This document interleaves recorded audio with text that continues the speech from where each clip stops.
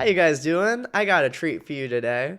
The LEGO Interstellar Spaceship has 240 pieces for $20, which is a great price per piece ratio. And even ignoring that, you have some big pieces and everything is a print. So right away, a great start. It is a city set, but it's in space, so I find that kind of funny. Like, is it a city in space? A 6 plus age rating, where the majority of the build definitely exceeds that rating, except for one area that I'll get into in a little bit. You get one instruction manual and 2 bags. The minifigure is a pilot with new molds, such as the helmet and the backpack, which looks like a smaller version of the older jetpack mold. The gold hands are really nice, as you don't get to see that too often.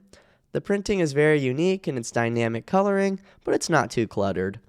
I always love that big window piece since the LEGO Atlantis theme. I love how the white lines are dual molded. The head has a shiny constellation tattoo, which is just really creative. You can attach this jetpack to the jetpack, and the opalescent battery piece, that looks really cool. The newer darkish blue long window piece looks amazing, but it doesn't really match the box art. It does have some scratches as well, which has been kind of a standard from sets that I've been reviewing lately, and the window also doesn't close all the way. The black outlining on the ship is so clean, and it feels too good for that 6 plus rating. It almost gives me like TIE Interceptor vibes. The cockpit is very spacious with a cool build for the control panel. You can really see the 6 plus rating seep in a little bit, as the wings are pretty much studded, and at least it's not as bad as the 4 plus TIE Fighter. Ugh, horrible.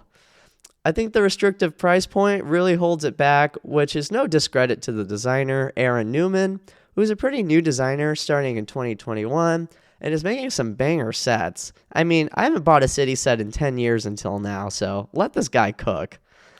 It has the same logo as the space theme, which is really cool. I also wish the blue was white. I think it would have flowed a lot better with the rest of the model.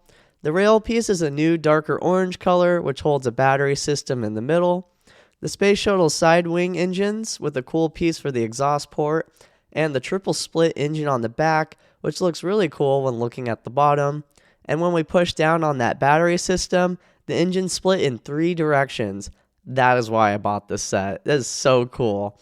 And you can kind of see how it's performed here, where the vertical piece is not even connected, but it's still held in place, as that rectangular piece has edges and it gets blocked by the circular piece. With 3 moving pieces, it just blows my mind. When building this model, it's also really sturdy, so I'm surprised they didn't put 2 more of these gray pieces to support the bottom. But again, it could be a price point thing. But it is pretty smooth on the bottom, unlike some sets.